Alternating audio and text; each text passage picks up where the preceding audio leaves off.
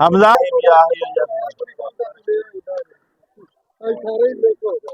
खुरम खुरम रहमान रहीम जी 4000 रुपया जी 4100 रुपया जी 4200 रुपया जी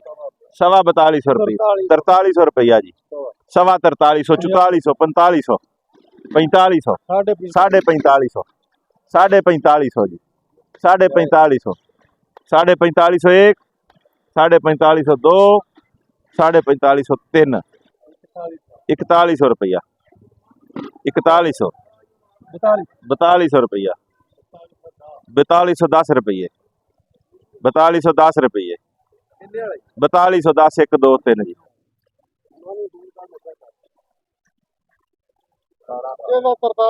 4310 रुपये जी 17 18 जी 4400 10 रुपये जी 4500 10 15 20 4600 रुपया 4600 सर जी मेरा जे पाने जे 5 4650 4700 4700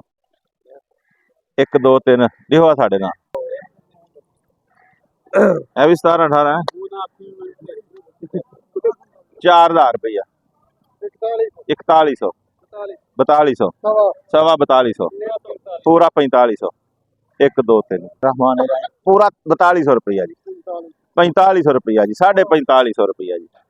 4550 पौने 4600 पूरा 4600 4700 रुपया जी सवा 4700 एक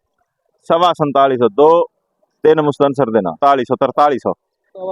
सवा 300 350 पौने 400 पूरा 400 जाए नहीं नहीं 450 रुपया थोड़ा पौने 500 पूरा 500 एले या मैनू माल 4400 17 18 500 किंदी आए ले